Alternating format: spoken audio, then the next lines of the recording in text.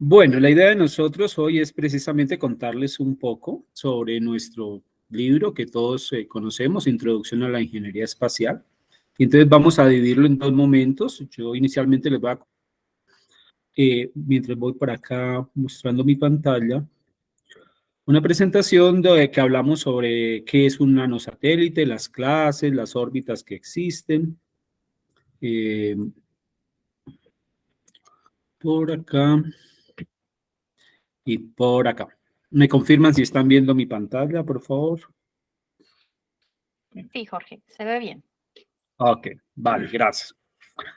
Ok, entonces con Daniel precisamente hemos querido contar al público en general esta introducción, por eso lo llamamos así, ¿no? Es como el comienzo para adentrarnos en la ingeniería espacial. Es una ingeniería compleja, grande y pues que llama mucho la atención a nivel mundial, todo lo que tiene que ver con el espacio. Entonces, ¿qué vamos a encontrar allí? Precisamente los pequeños satélites y los llamamos small satellite. Normalmente cuando hablamos de pequeños satélites es porque realmente son pequeños, son menores de 1 kilogramo hasta 10 kilogramos, depende. Entonces, veamos una clasificación. Tenemos los CubeSat, que normalmente son de 10 centímetros por 10 centímetros, esto es un cubo. Inicialmente, nosotros cuando hablábamos de satélites, hablábamos de grandes máquinas, un satélite de 2 toneladas, de 3 metros por 2 metros, sus medidas. Pero poco a poco fue cambiando y ahora dijimos, la tecnología ha evolucionado a hacerlos pequeños, que realmente hacen lo mismo, ¿no? Pues con menores prestaciones. Entonces tenemos los CubeSat, los PopCube, que son de 5 centímetros, como ven acá en la imagen, el tamaño de la mano. Los CanSat, muy famosos hoy en día porque hechos en una lata de gaseosa, podemos allí colocar toda la electrónica y todos los sensores que necesitamos. Los CanSat no están hechos para salir al espacio, solo para hacer las pruebas, los podemos subir a través de un globo o de un cohete y poder hacer pruebas. Básicamente, ¿qué hay dentro de un satélite? Vamos a encontrar toda la electrónica que me permite hacer mediciones. Entonces vamos a encontrar sensores que miden la altura, la temperatura, la velocidad, la humedad, o todo lo que queramos realmente medir. A eso nosotros le llamamos precisamente esa misión, la misión que tiene el satélite y la carga útil. Pero realmente si lo destapamos es electrónica, ¿no? Entonces vamos allí a encontrar procesadores, vamos a encontrar memoria, vamos a encontrar alguna forma de almacenamiento. Eso realmente es un computador. Y por último los CubeSat, que son en forma de cilindro, como vemos ahí en la imagen. Entonces son pequeños satélites que, vuelvo a insistir, por su peso los clasificamos y hablamos de los nanosatélites, de los picosatélites, o sea, los pequeños, los microsatélites un poco más grandes y ya los satélites de grande porte. Pero nosotros realmente hablamos de nanosatélites, o sea, la unión de estos CubeSat, que ya les muestro ahora imágenes precisamente de cómo se unen estos pequeños satélites para hacer unos satélites más grandes. Una muestra de algunos satélites universitarios y pues como primera imagen tenemos el FAXAT-2, como sabemos fue lanzado el pasado sábado 22 de abril, o sea, hace 8 días, por la Fuerza Aérea Colombiana. Es nuestro segundo satélite acá en Colombia y es un nanosatélite precisamente que contiene 6 unidades, o sea, unimos 6 satélites o picosatélites y los integramos, que es lo que yo tengo acá en mis manos. Esto es en la Fuerza Aérea en Cali. Pero también es los ejemplos, o tenemos ejemplos de satélites universitarios a nivel mundial conocidos, ¿no? Este de la Universidad de Vietnam, la Universidad de Tokio, la Universidad en Holanda, de una empresa llamada ISIS, el INPE, donde tuve la oportunidad de estudiar, creó precisamente una línea de satélites que los llamó CIBERS, pero CIBERS son desde satélites pequeños a satélites de 2 toneladas. Acá vemos en esta imagen un pocillo normal y por eso tengo la imagen para ver el tamaño de un satélite. Vuelvo a insistir, no son grandes, no. Esa idea que teníamos de pronto los satélites o qué es lo que queremos llevar con nuestro libro es que sea algo asequible, no es por allá algo en la luna o que NASA es el único que hace satélites, no. Es algo ya que se puede hacer en las universidades y en las empresas, en la industria, y pues ya es fácil de hacer. Por acá yo en mis manos, acá en el 2007, tengo el chasis de un satélite que trabajó la Universidad Distrital en Bogotá, acá en Colombia. Y pues se van creando como todas esas partecitas. Algunos satélites, bueno, en este caso son brasileños, pero también fueron, que tuve la oportunidad de trabajar, que es el Tancredo 1, hecho por estudiantes de un colegio. El Serpens, estos ya son nanosatélites, que ya son más grandes, que encontramos la división de un satélite pequeño, perdón, CubeSat unido a otro, entonces a cada uno le llamamos o le vamos a llamar unidades, entonces este satélite es de 2 unidades. El ITASAT es del Instituto Tecnológico de la Aeronáutica de Brasil, donde tuve la oportunidad de hacer mis prácticas. Por acá tenemos el NanoSat BR1, que ya son un poco más grandes, el CONASat y acá el último, el FACSat, que fue lo que les comentaba la semana pasada. Fue lanzado acá en el FACSat 2 de la Fuerza Aérea. Hay 6 unidades, vemos los paneles, y este fue lanzado desde Cabo Cañaveral en el Kennedy Space Center en Estados Unidos, en la Florida, y tiene la misión, tiene unas cámaras espectrales para tomar fotos sobre todo de nuestra selva.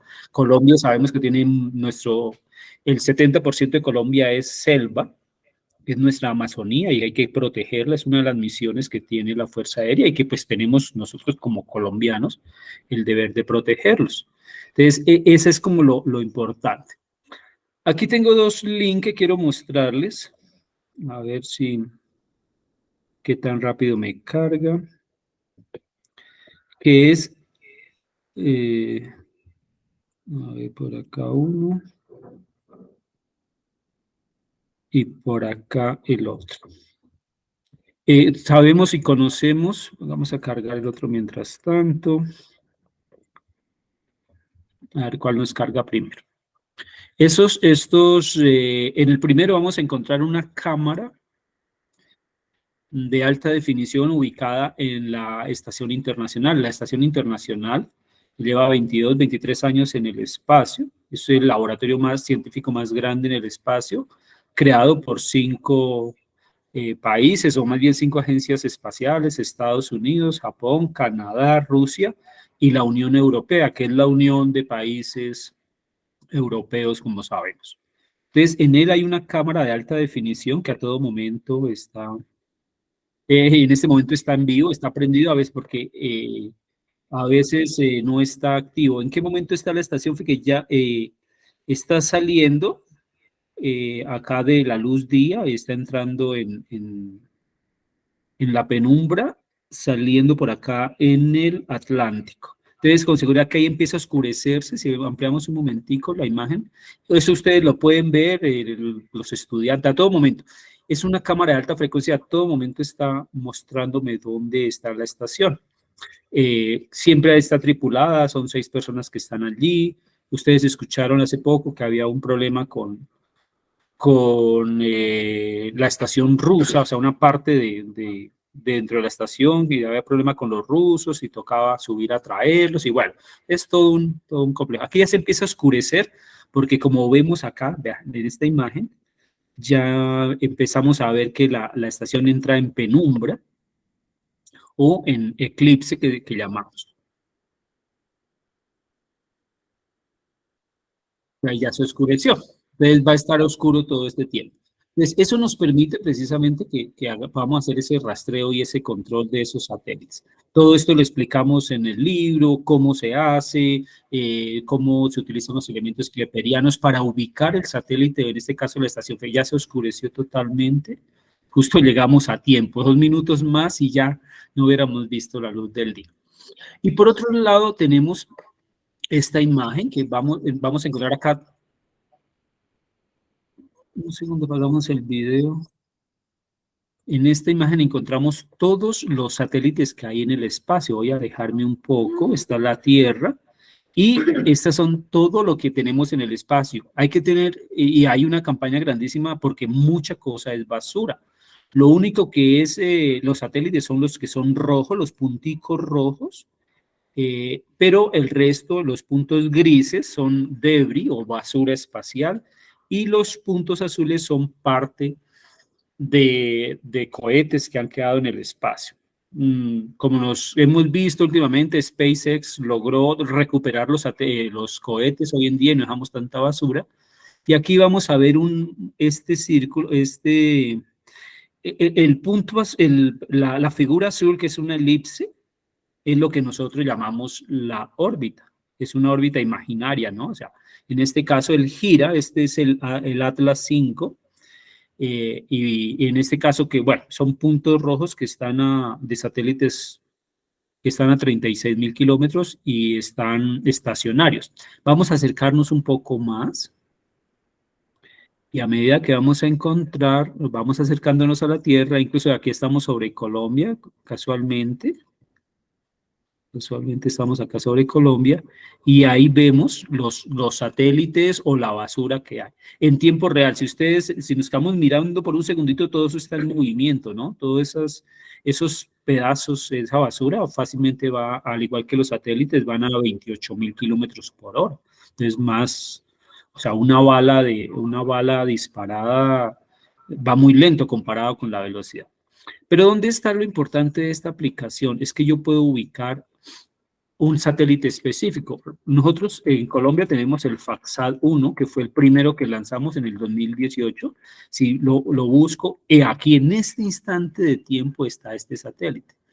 En este instante de tiempo, con la ventaja de que me da toda la información de dónde está. Utilizamos todos los elementos keplerianos, vuelvo a insistir, esto lo explicamos en el libro, qué es esto de apogeo, perigeo, grado de inclinación, altitud, velocidad, periodo. El periodo es que cada 91.55 minutos da una vuelta a la Tierra. Significa que en un día aproximadamente gira de 12 a 14 vueltas y va a una velocidad de 7.71 kilómetros por segundo. Eso es aproximadamente 28.000 kilómetros por hora. No sé si el FAXAT-2, yo diría y me atrevería a decir que no está todavía, noten que todavía no está, todavía no lo tenemos registrado, pero podemos ubicar cualquier satélite del mundo que conocemos, incluso la estación internacional que acabamos de ver, que dijimos ¿recuerdan que dijimos que acabó de salir de acá y está en penumbra? Es acá, en el puntico, mostrando la órbita en color verde, y pues aquí está la velocidad a la que va, la altitud. En este momento está más o menos a 430 kilómetros de alto. Eso significa que está en una órbita que llamamos órbita Leo. Ok. Regresemos por acá, miremos el tiempo. De tiempo vamos bien. Ya quiero mostrarles por acá esta partecita. En esta presentación rápidamente que es precisamente qué es esto de las órbitas. Por acá. Entonces, las órbitas depende de la forma. Ya dijimos que la órbita es como la figura imaginaria que nos muestra. Entonces hay órbitas circulares, elípticas, que son las comunes, parabólicas e hiperbólicas. Eso de acuerdo a su forma. Y de acuerdo a la utilidad o a la altura están las órbitas LEO, o sea, órbitas Low Earth Orbit, que están a un promedio de 800 kilómetros de altura. Las órbitas MEO, que están en promedio a 10.000 o a 12.000 kilómetros de altura, y las órbitas GEO, que es las geoestacionarias, que están a 36.000 kilómetros. Significa que si están a esa altura tienen un movimiento geosíncrono, o sea, se mueven con la Tierra.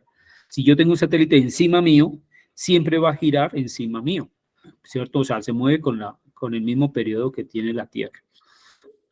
Aquí está un poco más claro las imágenes. Entonces, circulares, elípticas, forman una elipse, parabólicas en una elipse mucho más grande e hiperparabólicas, que precisamente son las órbitas mucho más grandes. Pero, ojo, no solo para satélites.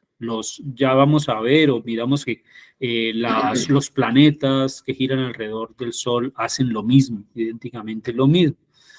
Entonces, dependiendo, si yo colocara en un volcán acá un cañón y disparara, tengo que saber con qué potencia necesito para hacer ese lanzamiento. En la parte matemática de eso, en el libro también lo explicamos, para formar, qué potencia necesito para formar una elipse, un círculo o una elipse mucho más grande. Bueno, creo que volvimos a hablar de las órbitas polares, o sea, que está entre polo norte y polo sur, como es el FAXAT-2 que se lanzó la semana pasada, va a hacer esto, con la intención de que pase 2 veces sobre Colombia. Porque, recuerden, el satélite va girando en esta forma, pero la Tierra también va girando. Todos los movimientos son los que hay que calcular. Y una órbita geoestacionaria, pues ya dijimos que siempre va a estar sobre un mismo punto. Y hay que saberlo, o normalmente se mide. Hoy en día tenemos todos esos datos, siempre se toma el centro de la Tierra como el punto central, lo mismo el ecuador, el apogeo, que es donde el satélite, noten que está la luna está de lo mismo girando alrededor de la Tierra y la Tierra alrededor del Sol. Newton dice, o en sus leyes de Newton, dice que todo objeto con masa menor siempre va a girar alrededor de todo objeto con masa mayor. Por eso es que la luna gira alrededor de la Tierra alrededor del Sol. Por eso es que un satélite, cuando yo coloco un satélite, él empieza a girar alrededor de la Tierra y solo se necesita algo de combustible pues para mantenerlo en su órbita. Cuando la luna está, lo más lejos que está la luna de la Tierra en su momento de apogeo es de 406.700 kilómetros, y cuando está más cerquita es de 356.500 kilómetros. Bueno, por su altura, veamos por acá algo sobre Kepler. ¿Por qué es tan importante Johannes Kepler? Porque él sacó o se inventó o descubrió o estudió muy juicioso y nos dejó las 3 leyes de Kepler, que nos dice precisamente que siempre los planetas se mueven en órbitas elípticas y que el Sol siempre va a estar en uno de los focos. Entonces, esa es una ley que se cumple con todos los objetos. Y la segunda ley que nos dice que las áreas que recorre un satélite siempre son iguales en tiempos iguales. Entonces, con esa ventaja. Ok, listo. Ya por acá, por tiempo, bueno, por acá están todas las leyes, todo eso está en el libro, toda la parte matemática de cómo funciona, la ley gravitacional de Newton, cómo es, por qué realmente vemos esta imagen, ya para terminar, de cómo el Sol y todos los planetas que nosotros conocemos y todo gira alrededor del Sol. Pero Júpiter, por ejemplo, sabemos de las 4 lunas más conocidas, pues sabemos que cerca de 52 lunas giran alrededor de Júpiter haciendo el mismo movimiento. Ok, esto es a grandes rasgos, ¿no? A grandes modos, lo que les puedo contar de esta partecita. Con seguridad que podríamos seguir hablando, pero pues esa es la idea. Démosle espacio a Daniel para que nos cuente también. Daniel nos va a hablar sobre clima espacial. Daniel, bien pueda. Gracias, Daniel. Gracias a todos. Sí, estoy acá. Hola, ¿cómo están? Bueno, me hiciste punchline de unas cuantas cositas, pero no importa, mejor así lo voy, okay. lo voy pasando. Bueno, yo voy entonces a mostrar mi presentación. Me avisan si lo ven.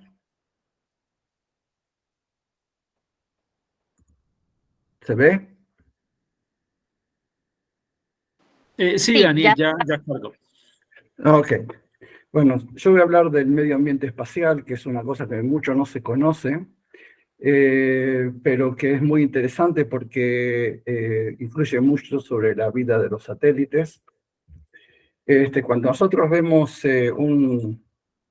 paseo espacial, nosotros pensamos que todo tranquilidad y paz en el espacio, pero en realidad es todo lo contrario. El medio ambiente espacial es muy agresivo y está caracterizado por digamos, tres cosas que hacen que los satélites tengan que ser programados para que no sufra eso. Lo primero es el vacío. O sea, el vacío es algo que no existe sobre la Tierra y en el espacio existe y provoca muchos fenómenos que no conocemos sobre la Tierra, porque acá en la Tierra tenemos presión atmosférica por ejemplo, no existen otros fenómenos que existen en el espacio, que ya lo vamos a ver, espero que lleguemos. La segunda es la radiación que nosotros no conocemos, que llega del espacio y que no conocemos, digo, también debido a la atmósfera que nos cubre y debido a los cinturones de Van Allen, que espero que podamos llegar a verlos o entender de qué se trata. Y la tercera cosa que no existe tanto acá en la Tierra, que es una combinación de todo lo que vimos, de todo lo que pasa en el espacio, es los cambios o la diferencia de temperatura abismales que hay entre, por ejemplo, cuando el satélite está frente al Sol, que pueden llegar a temperaturas de 150 grados centígrados, o cuando el satélite está detrás de la Tierra, que no le llega al Sol, y ahí puede llegar a menos 150 grados centígrados. Aparte de todo eso, si hablamos, por ejemplo, de la parte térmica, también, si nosotros vemos acá, hay diferencias de el sol y la sombra. Eso provoca lo que nosotros llamamos un gradiente de temperatura.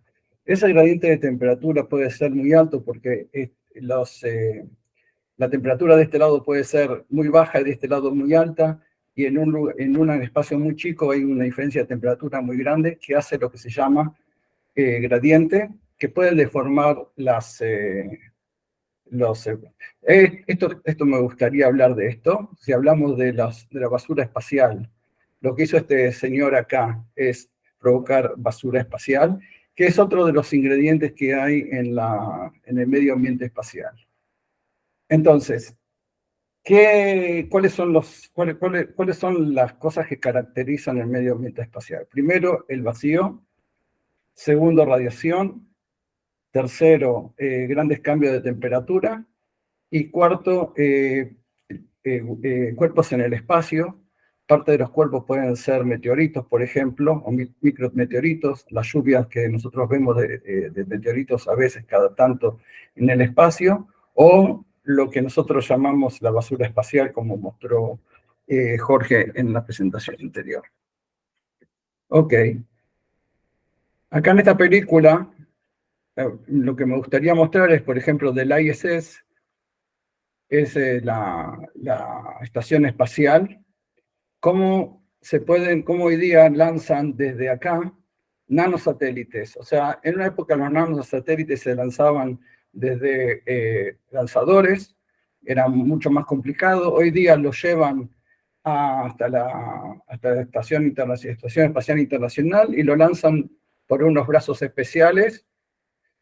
Y como vemos, este satélite ya está en peligro, ya está en el medio ambiente espacial, que es un medio ambiente espacial, como dijimos, muy agresivo. Ok. Vamos a tratar de hablar del medio ambiente espacial y, si tenemos tiempo, de cómo afecta a los satélites. Ya dijimos que estos son los ingredientes o las características del medio ambiente espacial y que afectan al medio ambiente espacial. Si hablamos de la atmósfera, por ejemplo, la atmósfera nosotros sabemos que está constituida por oxígeno, nitrógeno y dióxido de carbono en la parte baja. En la parte media de la atmósfera está algo que no se conoce en la Tierra y que es muy nocivo para los satélites, que es los átomos de oxígeno en la Tierra, el oxígeno enseguida se combina con otros materiales, por ejemplo con el agua. Nunca vamos a ver oxígeno en forma de átomos en la Tierra, pero sí en el espacio. Después tenemos el helio y por último el hidrógeno en las últimas dos capas. Como pueden ver, la distribución es según el peso molecular. Los componentes más pesados están en la parte más baja y los componentes más livianos en la parte más alta.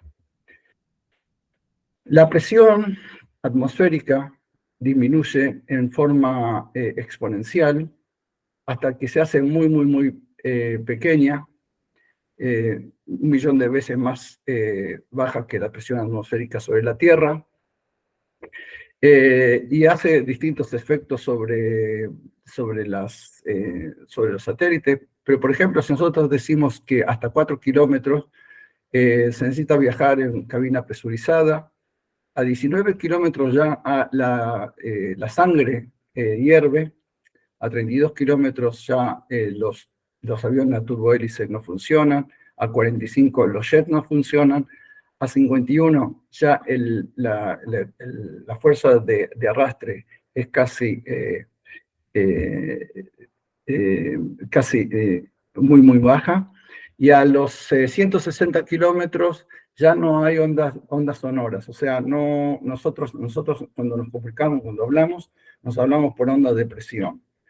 Arriba de los 160 kilómetros no podríamos hablar porque no escucharíamos uno al otro. En forma general se dice que el espacio internacional termina a los 80 kilómetros, por eso se utilizan los satélites para poder hacer espionaje de un país al otro sin pasar reglas internacionales. Por ejemplo, los aviones U-2 que vuelan a una altura muy alta, pero todavía están dentro del espacio internacional, pueden ser derribados y ningún país puede protestar.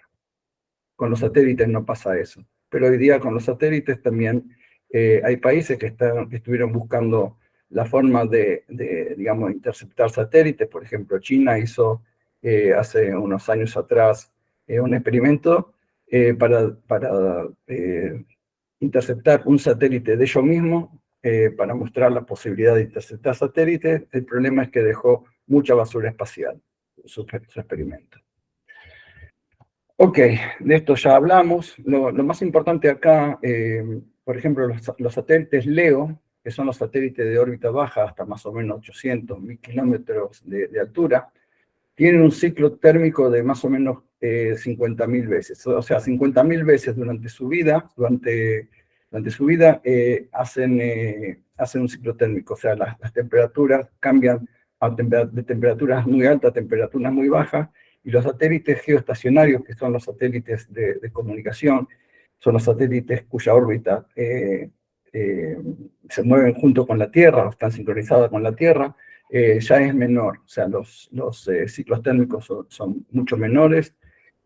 Ambos deben ser protegidos en forma térmica, y lo que se llama control térmico es una de las ciencias de la ingeniería espacial. Está explicada en el libro, que es muy necesaria, porque debido al tema de que las temperaturas cambian en un rango muy amplio, y que existen los gradientes muy altos de temperatura.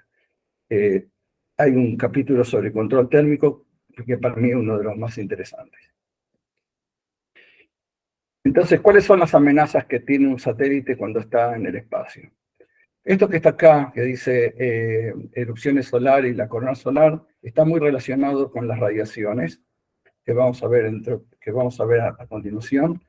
Tenemos la basura espacial, y tenemos radiaciones que pueden venir de otro lugar también. Por ejemplo, radiaciones que vienen desde el espacio exterior, que pueden venir o de otra galaxia o de nuestra galaxia, pero de lugares lejanos.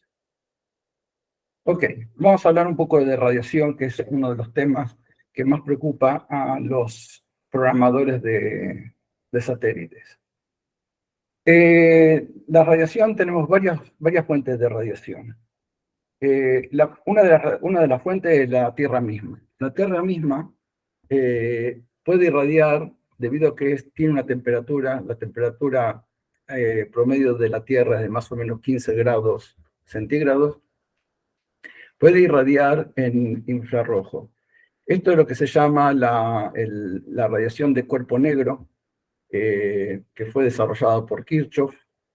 Entre paréntesis, todos nosotros, todo que tenga temperatura puede irradiar en infrarrojo.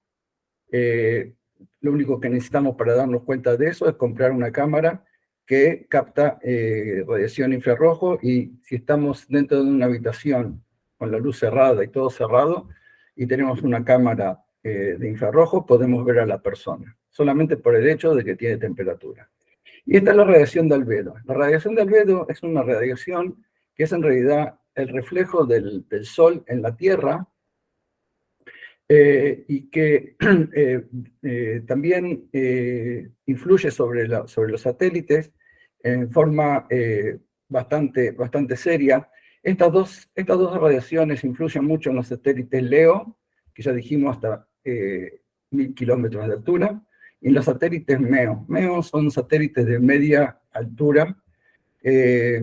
Por ejemplo, un ejemplo de satélites MEO son la constelación GPS, que tienen un periodo de tiempo de más o menos mediodía. Entre paréntesis, los satélites LEO, que son los satélites de baja altura, el periodo de órbita, o sea, cuánto tiempo les lleva a dar una órbita, es de más o menos 1 hora y media. Y los satélites GEO, como rotan junto con la Tierra, en el periodo de rotación de su órbita es de un día, por supuesto. Ok, entonces tenemos que la Tierra es una fuente de radiación, y también tenemos la fuente de radiación más importante que tenemos en el sistema solar, que es, por supuesto, el Sol. El Sol influye de dos maneras. Primero, radiación electromagnética, fotones, y después radiación de partículas. O sea, el Sol emite o eyecta o libera al espacio cantidades muy grandes de partículas cargadas, que vamos a ver cómo interfiere o cómo influye alrededor de la Tierra. Y dijimos que está la radiación cósmica, que es una radiación de alta energía. Acá puse, por ejemplo, la radiación del cuerpo negro, que es lo que irradia la Tierra. Nosotros vemos que la radiación es muy importante, depende mucho de la temperatura, porque depende de la temperatura de la cuarta potencia. Y tenemos también albedo, que dijimos que depende de la radiación solar. La radiación solar, si la Tierra puede irradiar 230 watts por metro cuadrado, el Sol puede irradiar 1350 watts por metro cuadrado. Ahora, la radiación de albedo está afectada por un coeficiente que es más o menos 0.3, y un factor que se llama factor de forma, que depende de la altura y depende cómo están relacionados la Tierra con el satélite. Bueno, este es digamos, el espectro de black body, del cuerpo negro del Sol. Lo único acá que es importante saber es que el pico máximo del espectro está en 550 nanómetros, que es el color amarillo, y que es el color que vemos al Sol. Esa es la razón por la cual nosotros vemos el Sol de color amarillo. Nosotros, ¿de dónde vemos el Sol? Lo vemos a una temperatura de 5250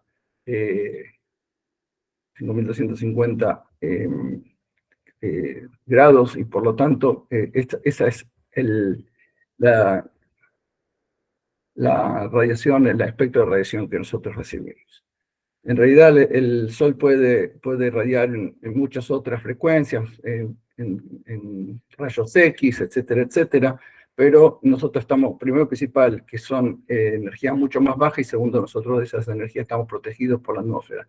La atmósfera en sí nos protege a nosotros de muchas radiaciones. La atmósfera, en combinación con los cinturones de Van Allen, nos defiende de muchas radiaciones que, si llegarían a la Tierra, podrían influir inclusive sobre los átomos y moléculas. Y si partirían los átomos y moléculas, no se podrían formar las cadenas de carbono, etcétera, etcétera, que forman la vida hoy día. O sea que si no estuviera la atmósfera y las cinturones de Van Allen, hoy día no habría vida sobre la Tierra. Bueno, acá dicen que para demostrar una foto son como 1000 palabras, entonces acá les muestro más o menos qué es lo que influye sobre nosotros. Esta es la Tierra y este es el Sol. El Sol tiene digamos, varios lugares donde se eyecta o desprende material al espacio. El primero es la corona espacial. La corona espacial es un lugar que está alejado, un poco más alejado de la superficie de la Tierra. Es una zona muy tenue desde el punto de vista densidad, pero de una temperatura muy alta, 1.000.000 de grados. De acá parte plasma de hidrógeno, que son protones y electrones, hacia la Tierra en lo que se llama el viento solar. El viento solar es un viento que llega a la Tierra y también va más allá del sistema solar. La velocidad es de más o menos 400 kilómetros por hora, perdón, 400 kilómetros por segundo, y en parte nos llega a nosotros, y cuando llega a nosotros hace una deformación del campo magnético de la Tierra, como podemos ver acá. También tenemos erupciones solares. Estas erupciones solares son provocadas por distintos procesos magnéticos que existen en el Sol. Suceden cada 11 años y medio, más o menos, donde está la actividad máxima del Sol. Y una de las cosas que caracteriza esta actividad tan fuerte del Sol son las manchas solares, que nosotros hemos escuchado varias veces, seguro. Que cuando hay manchas solares, entonces hay, digamos, actividad solar muy fuerte. Por lo que nosotros vamos a tratar de llegar a ver cuál es la interacción entre este plasma y el campo magnético de la Tierra. Lo que me gustaría decir que esas erupciones son muy importantes, y en septiembre de 1859 hubo lo que se llama el evento de Carrington. El evento de Carrington fue muy importante debido a que el Sol erupcionó en forma muy, muy fuerte, causando incendios de postes telegráficos, causando auroras boreales que llegaron hasta el Ecuador, hasta Jamaica, hasta Cuba. Fue muy, muy, muy impresionante. Y estamos hablando de 1859. Si esto sucedería en nuestra época, por ejemplo, entonces pasan varias cosas. Primero y principal, los satélites serían destruidos. Segundo, toda la comunicación como la conocemos hoy día, internet, celulares, etcétera, etcétera, estarían, digamos, cortados por muchísimo tiempo. Y en realidad sería una cosa muy nefasta. No hay forma digamos, de ver cuándo eso puede pasar, y cuando pase tampoco tenemos forma de defender nuestra tecnología. Ok. Bueno, estas son las capas del Sol. Lo paso porque no es muy importante, todo esto ya lo dije. Daniel. Sí. Sí, antes de que pases a otro tema, Néstor Pornoy también nos quiere consultar algo. Entonces, Sí. quisiera como abrir el espacio para a ver si te pregunto. Néstor, tienes la Sí, palabra. no, cuando hablaste del sol, el sol a veces se ve rojo, no solamente amarillo. Sí, eso se ve rojo, pero lo ves al atardecer o al amanecer, y es por un problema, es un efecto de la atmósfera, no es el efecto del sol. Entiendo. Muchas gracias.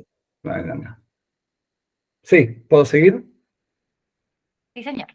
Ok, Gracias. listo.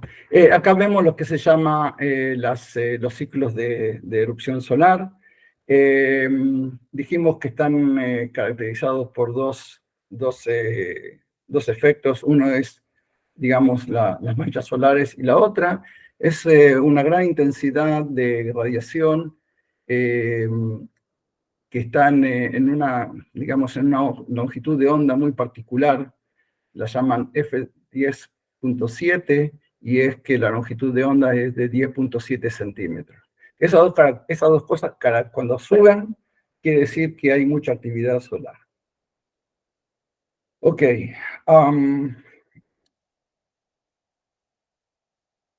Bueno, la radiación cósmica, dijimos que que es una radiación de alta potencia, está formada por partículas alfa que son núcleos de helio, y otros materiales, y otros núcleos de materiales pesados, de electrones y positrones. Lo más importante acá es que ver, por ejemplo, a qué velocidad llegan. Partículas que no son fotones llegan a una velocidad de 0.4% de la velocidad de la luz, que son realmente muy energéticos.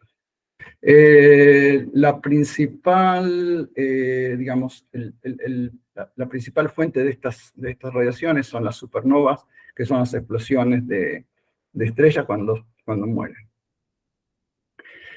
Este es el campo magnético de la Tierra. Tiene una forma digamos, de dipolo, como un imán. El origen no se conoce muy bien, pero se sabe que es como una especie de dínamo con el magma y algún tipo de elemento que gira en el interior y que provoca este campo magnético. El campo magnético en norte está justamente en el sur geográfico de la Tierra, y las líneas mueren en el norte, en el sur magnético de este dipolo. El dipolo en sí, el campo magnético, el eje del campo magnético que también gira, está inclinado con respecto al eje de rotación de la Tierra en 11.5 grados, y también está desplazado hacia el Océano Pacífico, hacia la parte del Océano Pacífico, o sea, hacia el oeste, ¿sí? En 436 kilómetros desde el centro. Otra vez vemos acá digamos, la interacción entre el plasma y el campo magnético, y acá empezamos a ver lo que se llaman los cinturones de Van Allen. Esto ya Jorge lo explicó. Empezamos a ver la cantidad de basura espacial que hay en el espacio. Es impresionante, muchas de ellas provocadas por nosotros mismos. Entre paréntesis, quiero acotar algo. La persona esa que tiró el pedazo de material afuera, si lo tiró en forma perpendicular a la velocidad de avance de la nave espacial, entonces le va a volver en la próxima vuelta, porque es lo que dicta las ecuaciones de movimiento. O sea que lo va a recibir de vuelta más tarde. Lo más importante acá es hacer ver que NORAD, que es una organización americana, traquea o está atrás de cada uno de los elementos que hay en el espacio, trata de ver, digamos, no partículas, cuerpos que tengan hasta más o menos 10 centímetros de tamaño, que son más o menos los 10 centímetros que son los nanosatélites. Este cuerpo también avisa si va a haber choque entre satélites, por ejemplo. Entonces, si el satélite todavía funciona y está controlado, se le avisa a la empresa que lo controla, que está por chocar, y tiene que hacer una maniobra evasiva. Y dijimos que tenemos también los micrometeoritos. Muchas veces nosotros pasamos sobre, digamos, la nube de meteoritos que hay. La Tierra más o menos viaja a unos 30 kilómetros por segundo cuando pasa por la nube de meteoritos, de polvo espacial. Se forman las lluvias de meteoritos. Por si quieren saber, la próxima lluvia de meteoritos va a ser en agosto, el 13 de agosto de este año. Estas son las fechas que va a haber este año meteoritos. Ok, ¿cómo influye sobre los satélites? Lo vamos a tratar de hacer lo máximo posible. Primero principal, si estamos en la Tierra, ¿cuánto me queda? Si estamos en la Tierra, tenemos... ¿Cómo? ¿Quieres? No Podemos tener escucho.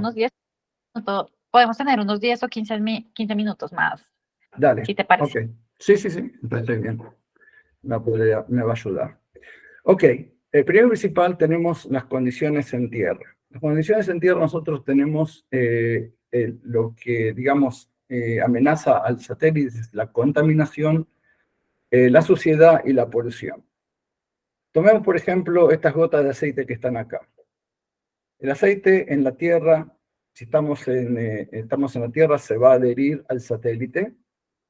En la Tierra no le vamos a dar importancia si no lo limpiamos, pero cuando llega al espacio, esta gota que estaba adherida al satélite se despega, se transforma en una bolita por la microgravedad y empieza a dar vueltas, a pegar en cualquier lugar del satélite. O sea, es como una especie de roca, pequeña roca, que dentro del satélite puede dañarlo. Nosotros tenemos que cuidar esto de tratar de que todo esté bien limpio, y lo hacemos dentro de lo que se llaman los clean rooms, los cuartos limpios o asépticos. Ok. Tenemos también que la atmósfera influye a través de la fuerza de arrastre. La fuerza de arrastre es una fuerza que, como vemos, depende por un lado de la atmósfera, de la densidad de la atmósfera, y por otro lado de la velocidad al cuadrado. Si bien la densidad en el espacio es muy baja, la velocidad es muy alta. La velocidad de los satélites es entre 7 y 8 kilómetros por segundo. Esta fuerza actúa en forma inversa al movimiento. O sea, este es el vector que indica la dirección de la velocidad, y tenemos un menos acá. O sea que esta fuerza trabaja en forma opuesta a la velocidad. Digamos que en un momento dado, si no tenemos forma de contrarrestarlo, el satélite va a ir perdiendo energía, debido a que esto es una fuerza disipativa, es una fuerza que quita energía del sistema, y va a ir cayendo en espiral. Para evitar eso, nosotros ponemos sistemas de propulsión que permiten a un satélite que pesa más o menos 300 kilogramos y a una altura de 500 kilómetros, estar 5 años en el espacio con 30 litros de combustible. El combustible se llama hidracina, pero fíjense que tenemos que invertir un 10% del peso para poder mantener el satélite en el espacio. ¿Qué sucede también? Sucede que las tormentas solares inflaman la atmósfera y hace crecer, digamos, la acción de la fuerza de arrastre. Ok. Otra cosa que no existe en la Tierra, existe solamente en ese espacio, es un fenómeno que se llama outgassing, que es la evaporación de los materiales. Acá sobre la Tierra, la presión evita que las fuerzas que no se rompan las fuerzas, digamos, de unión entre los átomos a nivel superficie, pero en el espacio no existe esta presión, y por lo tanto los materiales se evaporan porque están en el vacío. Como ejemplo, si dejamos durante un año a 400 grados un material de cadmio, por ejemplo, va a perder un espesor de 1 milímetro. El estaño 10 micrómetros y el magnesio 0.1 micrómetros. Pero a lo que voy es que vamos perdiendo material. ¿En qué influye esto? Influye en lo siguiente. Nosotros, para cuidar a los satélites, cubrimos con material que se llama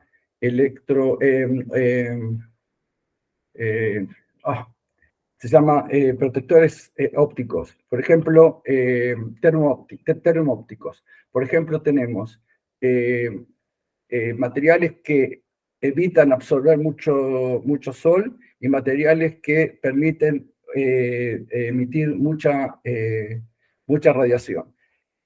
El sol calienta al satélite y nosotros no queremos que se caliente, por eso tratamos de poner un coeficiente alfa muy bajo, y queremos, por otro lado, enfriar al satélite. O sea que ponemos un coeficiente epsilon, coeficiente de emisión muy alto.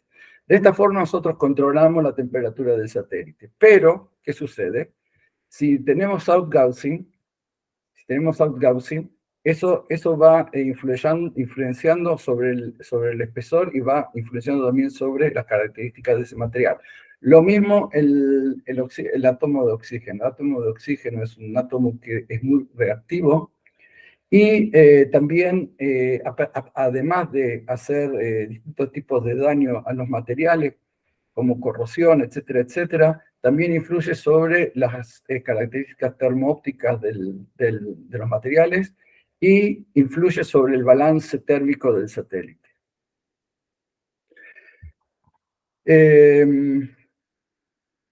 Ok.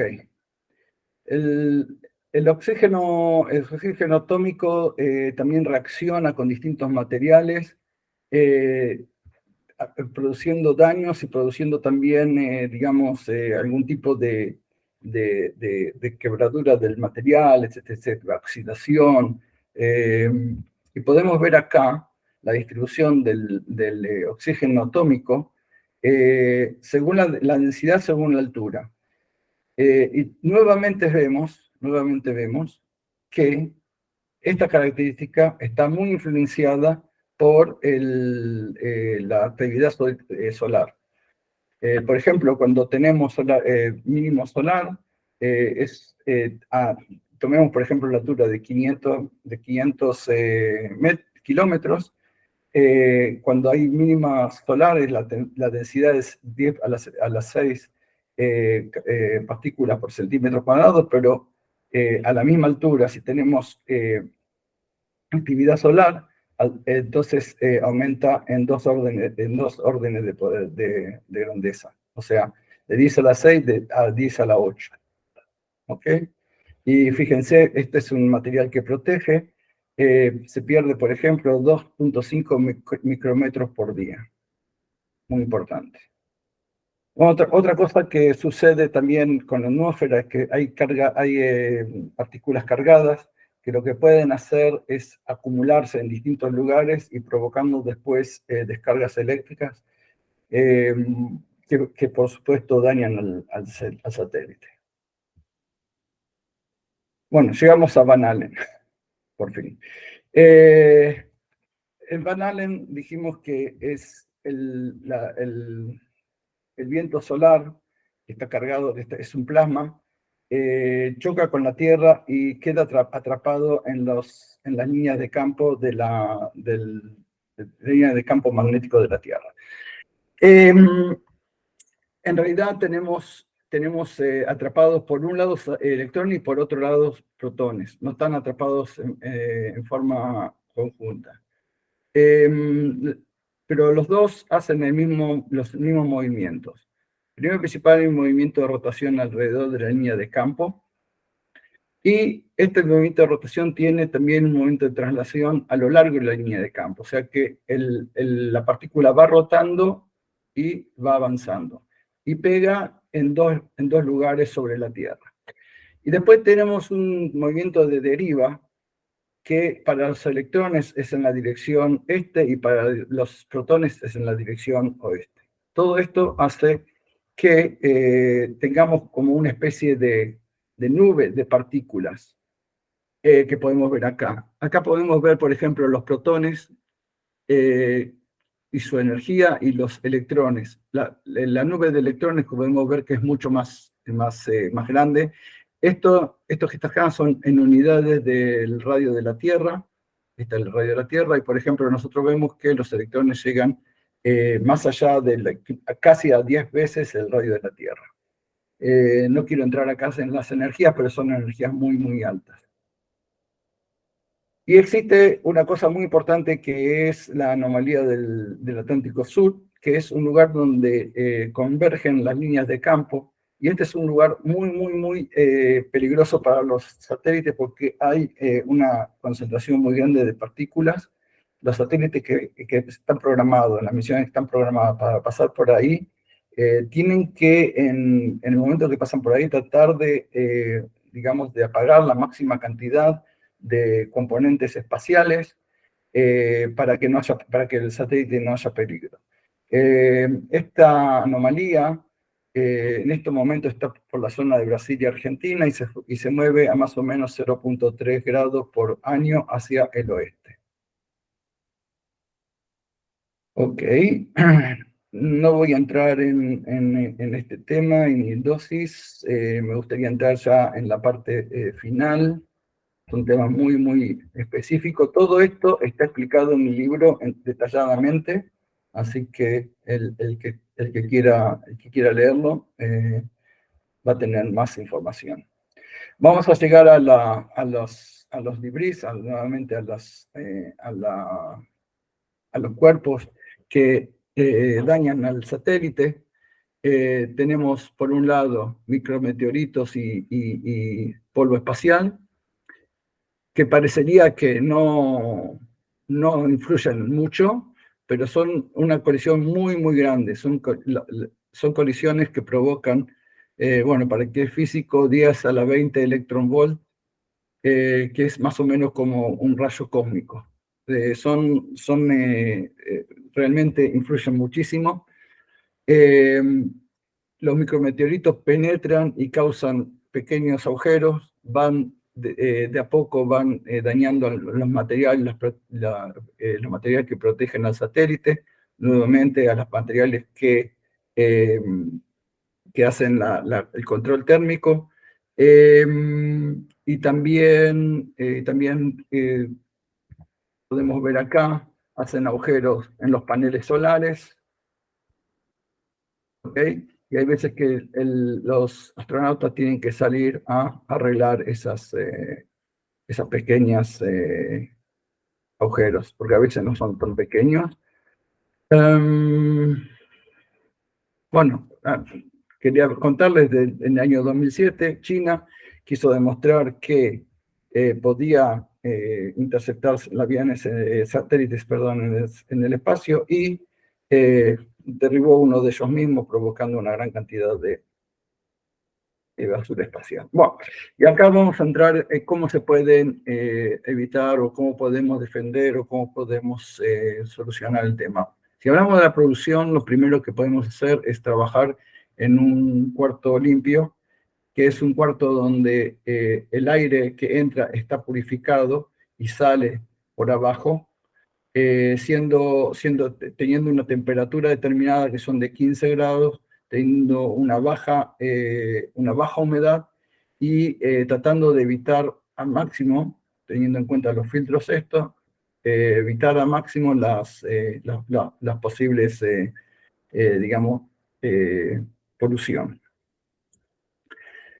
Si hablamos de la fuerza de arrastre, bueno, tenemos cohetes espaciales para aumentar, para subir al satélite a la altura que queremos. Si estamos hablando de outgassing, tenemos que estudiar qué materiales son apropiados para usar, lo mismo para el oxígeno atómico. Materiales de la descarga electrostática, se pueden usar materiales que tienen también fibras conductivas para evitar que se acumulen cargas eléctricas, o materiales especiales. Bueno, en el tema de Van Allen, se pueden usar materiales que evitan, por ejemplo, aluminio, evitar que entre digamos, la radiación. Y también hay materiales que, por ejemplo, transforman la radiación que absorben en otro tipo de fenómeno físico, evitando que el material sea perjudicado. Y por supuesto, como dijimos, también si pasamos por la anomalía, entonces tenemos que apagar estos dos, no hablé, y lo más importante acá es el space debris. Por ahora se está luchando para que se empiece a tratar el tema. Hay muchas ideas, como por ejemplo destruir con láseres, o por ejemplo como atraparlos con grandes canastas, etcétera, etcétera. Pero hay una empresa llamada Astroscale, que entre paréntesis compró otra empresa israelí, que lo que hace es atrapar los satélites que no están usados en el espacio. Por ahora están haciendo una demostración. El satélite se va acercando, y está formado por el satélite y un imán, un pequeño satélite que es el que se va a acercar a lo que nosotros queremos atraer. Por ejemplo, la parte esta del satélite se desprende, va a buscar... No, perdón, esto es una demostración. O sea, esto vendría a ser, esto que está acá, me disculpo. En realidad lo que quisieron hacer acá es lo siguiente. Dejan esto en el espacio y utilizan al satélite para tratar de enganchar o de atraer a lo que vendría a ser la basura espacial. Ahí lo enganchó y se lo lleva de vuelta a la Tierra. Acá solamente los cálculos, lo más importante acá es que en un momento dado lo deja de tal manera que el satélite ese, la basura espacial, se quema cuando entra a la Tierra.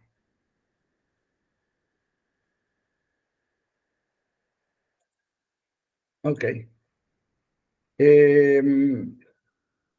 Si estamos hablando, bueno, esto, ok, creo que acá no había nada más. Ok, acá las distintas influencias según los satélites, qué influencia tienen sobre los satélites LEO, qué influencia tienen sobre los satélites MEO, y qué influencia tienen sobre los satélites GEO. Los LEO dijimos que la atmósfera, la fuerza de arrastre, el oxígeno atómico, tenemos ¿cómo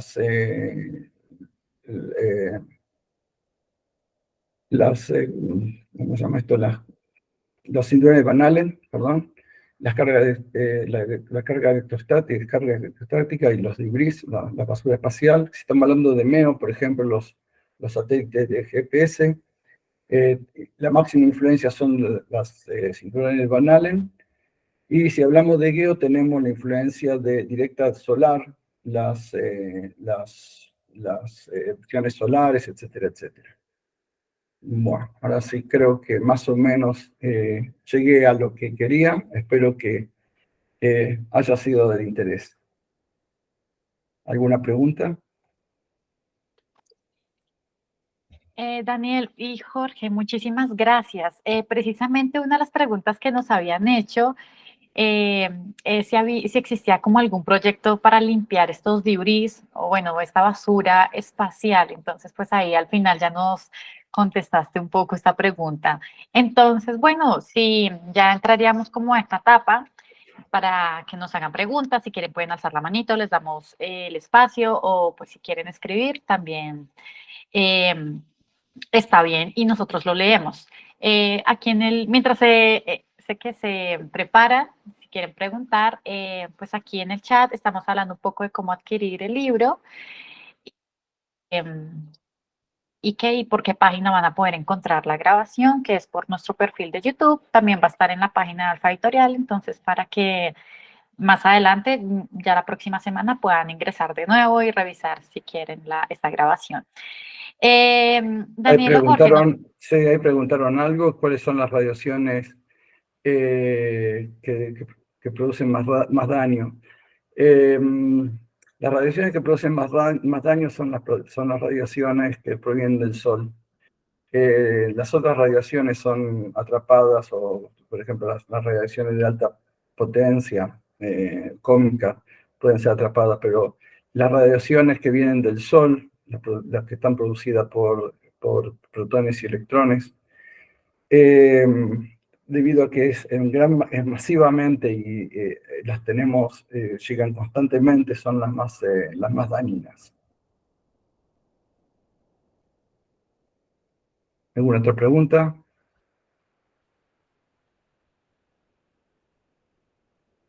Sí. Ay, Gustavo. Bueno, pues la verdad, como amigo y conocido aquí de mis estimados doctores Daniel y Jorge Espíndola, pues felicitarlos. La verdad, ya tengo el libro y autografiado, me falta la firma de Daniel y pues lo he leído y he quedado muy sorprendido de que ya en nuestra lengua hispana tengamos acceso a este conocimiento y pues que quería felicitarlos de primera mano. Lo segundo, pues eh, eh, eh, ofrecer la Corporación Científica del Sector Aeroespacial, una corporación que nació como una red hace más de 3 años y ya hoy es con personería jurídica, una corporación que está apoyando precisamente todas las iniciativas de ciencia, tecnología e innovación del sector. Entonces, pues ofrecer desde allí total apoyo para difundir este conocimiento y ofrecer el libro, si ustedes lo permiten, a través de nuestro relacionamiento, de nuestra página web. Y lo tercero, muchas gracias. No, con mucho cariño. Y lo tercero, pues decirles que a través puede ser aquí el doctor Espíndola, Janet, invitarlos al segundo encuentro del sector aeroespacial, visto como sector en donde se van a tratar temas de los dominios, dominio aeronáutico, dominio espacial y dominio ciber. Y pues es una bonita oportunidad también para que compartamos y si ustedes tienen a bien, poner aquí el libro en el stand de Cox. Este evento será el 25 de mayo en las instalaciones de la Universidad de los Andes y están cordialmente invitados. Muchas gracias y felicitaciones de nuevo. A ti, Gustavito, gracias por tus recomendaciones y por tus palabras. Muchas gracias, de verdad. Acá hay una pregunta que dice, ¿cuál es la propulsión más usada en nanosatélites? Bueno, recién ahora se están empezando a desarrollar la propulsión de nanosatélites y la que más se usa es la propulsión eléctrica, que son motores chiquitos que no tienen mucho impulso, pero sí son bastante económicos en lo que se refiere al gasto de energía. El satélite está bien. Ok. Muy buena pregunta. La de María. Mira, un satélite antes de ser lanzado al espacio es probado, es lo que se llama las pruebas de Space Environment, de medio ambiente espacial.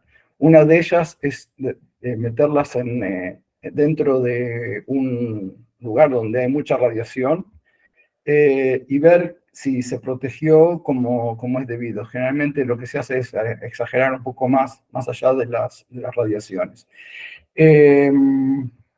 Pero sí, se hacen pruebas también digamos, de vibración, se hacen pruebas de control térmico. El satélite no sale al espacio si no se sabe que va a resistir todo ese medio ambiente espacial. Sí, para complementar la respuesta de Daniel, acá en Colombia la Fuerza Aérea en Cali, en la EMAVI, precisamente está creando una cámara al vacío para medir para hacer todo este tipo de pruebas, que necesariamente hay que hacerlo. O sea, un satélite no se va a colocar al espacio sin hacer todas las pruebas necesarias, por lo que ya hablamos de no solo de radiación, sino de temperatura, ¿no? Y de vibración también.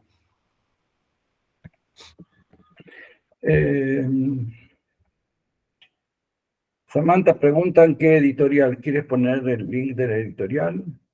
Si lo tienes a mano.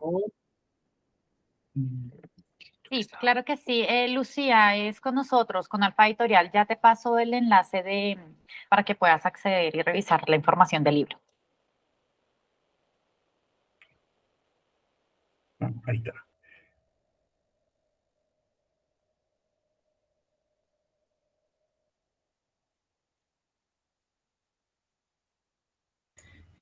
Janet Riascos pregunta que por qué no aparece aún en el radar el FACSAT 2. El FACSAT 2, como les comenté que se lanzó la semana pasada, normalmente dura de 2 a 3 meses de calibración. Entonces no aparece en este momento. Si quisiéramos rastrearlo, aún no lo podemos hacer. Ya está en el espacio, ya tenemos de hecho todos los two-line element set, los elementos para rastrearlo, pero hasta que esté estable se da un comando, esos comandos que le llamamos precisamente telecomandos, para que se encienda.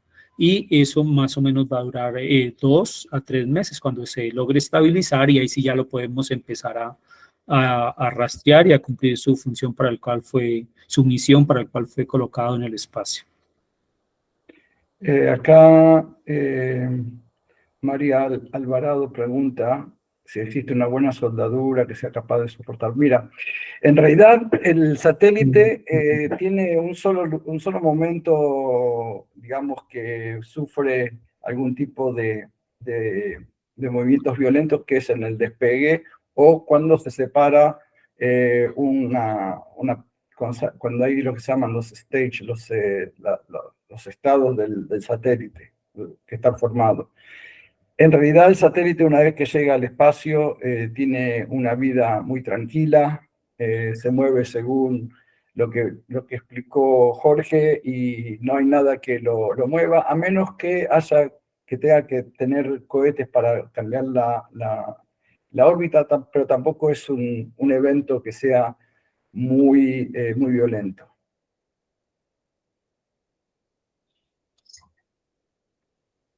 ¿Alguna otra pregunta? Okay.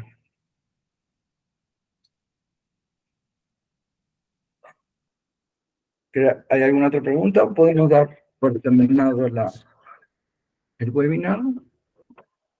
Creo que no tenemos más preguntas. Yo quería de una vez decirle a Gustavo que si me puede regalar sus datos para hablar directamente contigo sobre este evento que va a estar en los Andes, porque sí nos interesa mucho ir a promocionar nuestro libro. De Daniel Pornoy y Jorge Enrique Espíndola con Alfa Editorial. Entonces te agradecería mucho. Lucía Claro. nos acaba de dar una... Se puede Claro detectar que sí, con- le pediría al doctor Espíndola si puede compartirle a Marta mi contacto y coordinamos. Muchas gracias. Perfecto, Gustavo. Se puede Listo, detectar gracias. con el satélite el motor de un coche. Sí. O sea, no el motor, el coche se puede detectar, si estamos hablando, se puede detectar de dos maneras.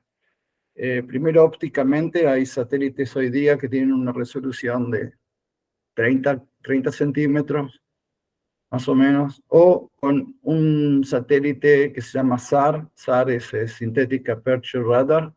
Es un radar de apertura sintética que ilumina, o sea, trabaja con el principio de radar, ilumina su propio escenario, y es como que recibe de vuelta todo lo que sea metal. Entonces sí, puede detectar un coche tranquilamente.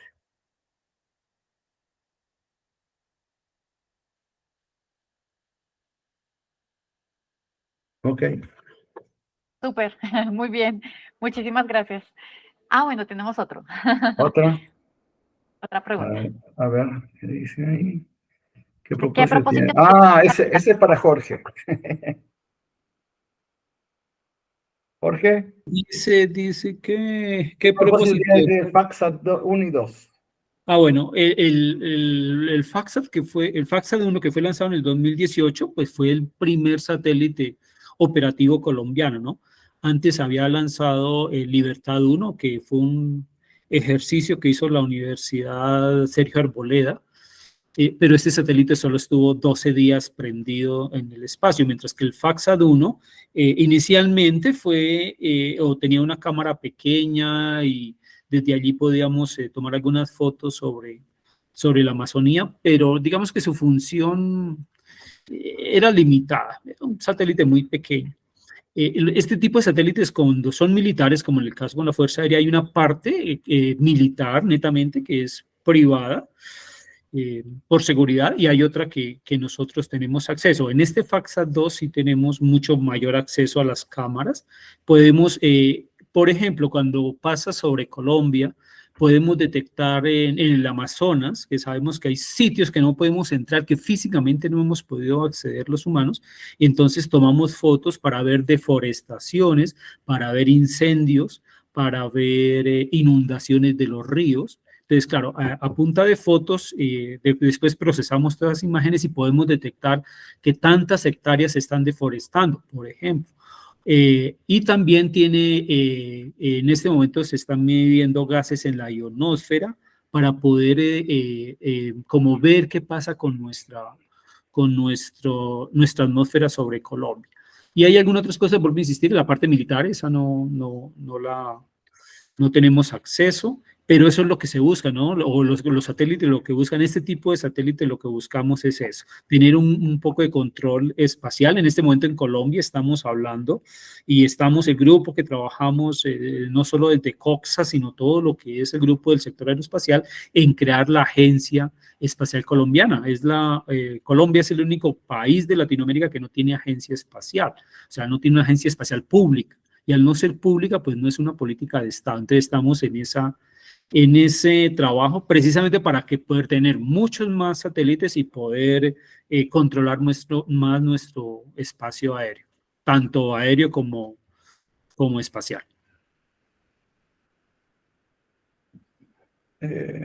Juan pregunta desde qué página o plataforma podríamos tener acceso a imágenes que utilizaron imágenes. Generalmente se venden esas imágenes, pero por ejemplo, si tú entras a Google Earth, las fotos que aparecen ahí son combinación de muchas fotos y ahí están las fotos que se utilizan, por ejemplo. ¿Qué tipo de desarrollo colombiano hay en el FACSAT 2? Bueno, en el FACSAT 2, el desarrollo en este caso ya es mucho más grande que el primero. En este momento, a través de una empresa, GOM Space,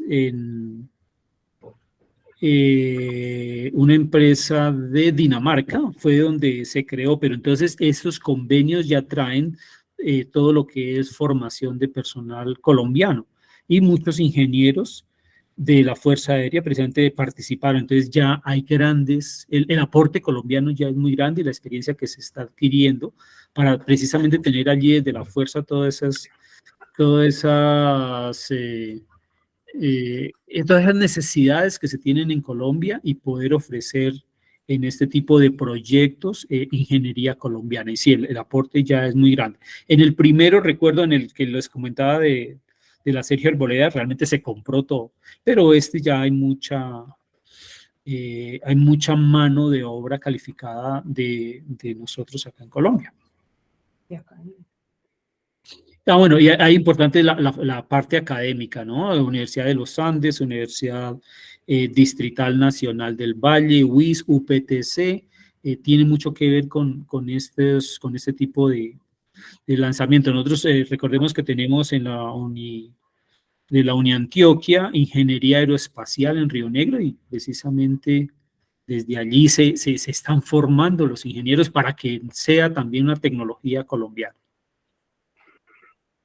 Hay una pregunta acá que dice, ¿cuántos satélites hay en el espacio de Israel y cuál es la prioridad de investigación de ustedes? Ok, en estos momentos, satélites de Israel hay alrededor de 25 o más, tal vez 30 también.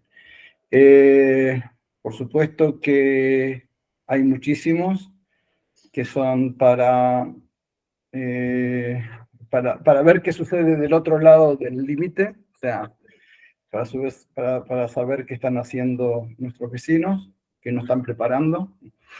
Y la prioridad de investigación, bueno, hay varias.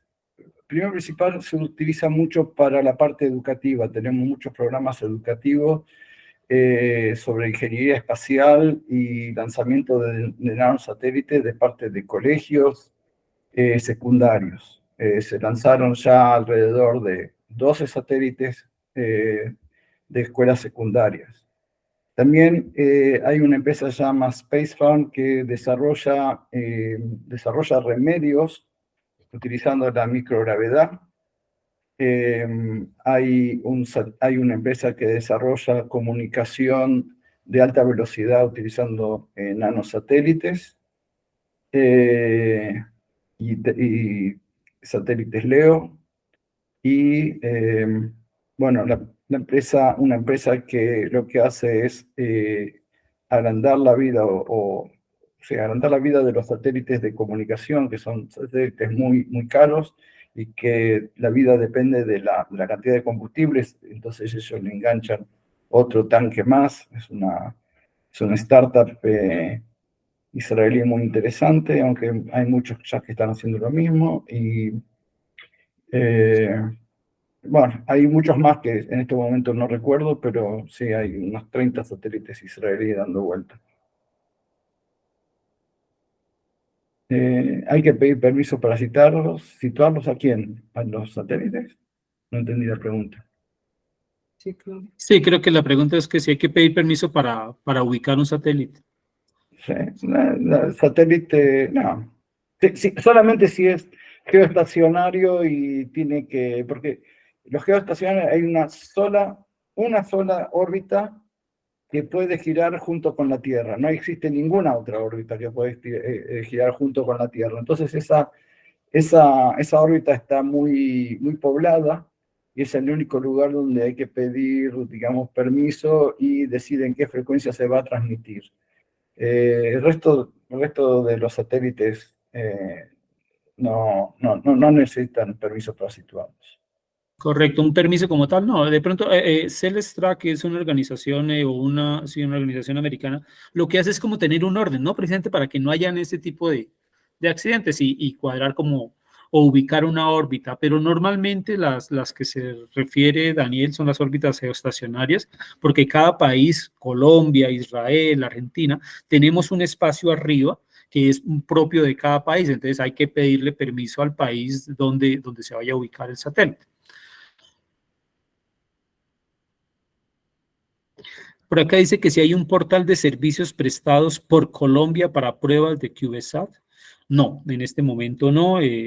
Con algunas universidades como la UIS, en coordinación con la Fuerza Aérea, se está creando presentes laboratorios para hacer este tipo de cosas, pero en este momento no lo hay. Nos toca casi siempre llevar a hacer pruebas en Brasil, en el INPE, o en Estados Unidos, en Europa. Jorge, startup. Bueno. No puedes hacer una startup con eso. Bueno, una startup, correcto. Crear, sí, o sea, no existe, pero se podría crear, sí, una startup, o sea, desde la academia generar esos espacios de esos laboratorios para prestar este tipo de servicios.